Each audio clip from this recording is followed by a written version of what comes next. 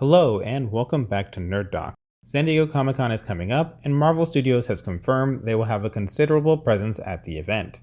This video breaks down when the Marvel panels are happening, what we can expect from each panel, both confirmed details from Marvel Studios and our own speculation, as well as how you can watch, which is basically that you can't. Sorry. There are chapter timestamps in this video, so you can jump around to the information you're looking for, and if you have any questions about Marvel at San Diego Comic-Con, leave a comment below. So let's get started with how to watch, because that's the big elephant in the room right now.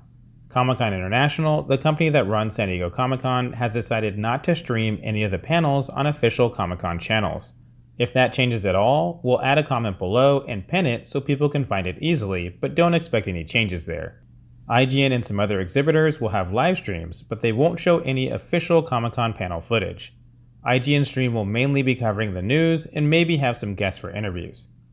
Marvel Entertainment will have its own live broadcast on Marvel.com, as well as their YouTube, Twitch, and social media pages, all linked in the description below, but there's no indication that the big panels will be broadcast. In fact, the schedule listed on the Marvel.com news post about the broadcast doesn't even mention the big panels. So you can definitely follow the Marvel Twitter for updates on announcements from the panels, but the chances of the live broadcast showcasing the panels are very slim. Even if the panels are streamed, most, if not all, the footage will not be shown until full trailers are released online. We are expecting trailers for She-Hulk, Black Panther Wakanda Forever, and I Am Groot to be released online during or shortly after the panels. Unfortunately, the only way to watch Comic-Con is to be there in person, and since the vast majority of the tickets for 2022 are just postponed tickets from 2020, if you didn't buy a ticket 2 years ago, you're probably not getting in. Even for those people who do have tickets, getting into Hall H and Ballroom 20, the main rooms for these big panels, there's almost always a massive line. In previous years, the wait time to get into Hall H was over a day. People had to line up and camp out the day before if they wanted to get in. It was crazy. There will almost certainly be a number of people on Twitter live blogging the event. We're actually already in San Diego for Comic-Con as well, but whether or not we get into the various Marvel Studios panels is unconfirmed at the moment. We already post daily Marvel news and rumors, so feel free to follow our Twitter, linked in the description below, but at this time it's unlikely we'll be able to get into Hall H to live blog the event. With that out of the way, let's move on to what time the Marvel Studios panels are happening. There are two big panels from Marvel Studios. The first takes place on Friday, July 22nd in Ballroom 20 and runs from 11:45 a.m. to 1:15 p.m. Pacific Time.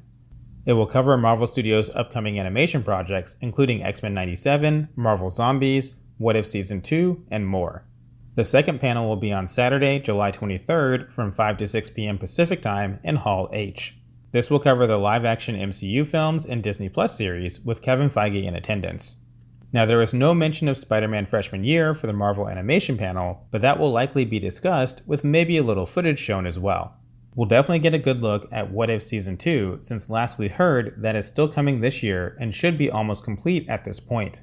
So far we've heard rumors of the Lost Gamora episode from Season 1, an episode based on Captain Carter that continues from her episodes in the first season, plus episodes that twist the Black Panther movie, Eternals, and Shang-Chi.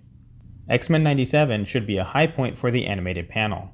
We already predicted in another video linked below that the animated series may be what brings the X-Men into the MCU. We may even get confirmation of that at the panel, but at the very least, we'll see footage, and probably see some of the voice cast there as well. Marvel will also likely confirm who some of the other cast members are voicing, since we only have about half of the characters confirmed at this point, most of which were in the original X-Men animated series. We should also see footage from I Am Groot, the series of animated shorts with young Groot from Guardians of the Galaxy Volume 2. A trailer for that should be released online shortly after the panel. We should also find out if Marvel Zombies is related to the Zombies episode from Season 1 of What If, or if it's a completely separate animated series. If we do see Spider-Man Freshman Year, we'll probably get information on the main antagonist of the story, and more details on how it connects to Spider-Man Homecoming, with the series expected to be a prequel to that film. Announcements for a new animated series or two could potentially happen, but we know Marvel is holding most of the new announcements for D23, so keep your expectations in check. For the live action panel, while there's a chance we get one or two new announcements, once again, keep your expectations in check there as well. We expect new information and footage for She-Hulk and Black Panther Wakanda Forever, but given that the panel is only 1 hour in length, we aren't expecting a complete blowout. That will likely be saved for the D23 Expo, with the Marvel panel happening on September 10th. Is it possible we could get new information or even footage for Secret Invasion, Werewolf by Night, the Guardians of the Galaxy Holiday Special in Volume 3, and more? Sure, anything is possible, but it would probably be limited to a sizzle reel covering all of them, with more details to come at D23. An official trailer for Wakanda Forever and a new trailer for She-Hulk should also be shown, with both immediately released on Marvel's YouTube channel following the panel, and likely additional footage on this channel as well, at least for Wakanda Forever. New announcements will be light, if there are any at all, but at best we may get confirmation of the Man-Thing Halloween special, the Wakanda series that supposedly follows the Midnight Angels, and maybe confirmation of the World War Hulk movie or an America Chavez series. We expect most of these announcements to happen at D23, but there's a chance a few of them will be mentioned at Comic-Con. We would love to be wrong, but we're not expecting anything on the Fantastic Four until at least D23, and the new roadmap for releases probably also won't come until D23 as well. We also probably won't get any X-Men news in San Diego beyond info on X-Men 97. Everything we've heard was live-action mutant projects not arriving until 2025 and beyond, so there's still plenty of time there.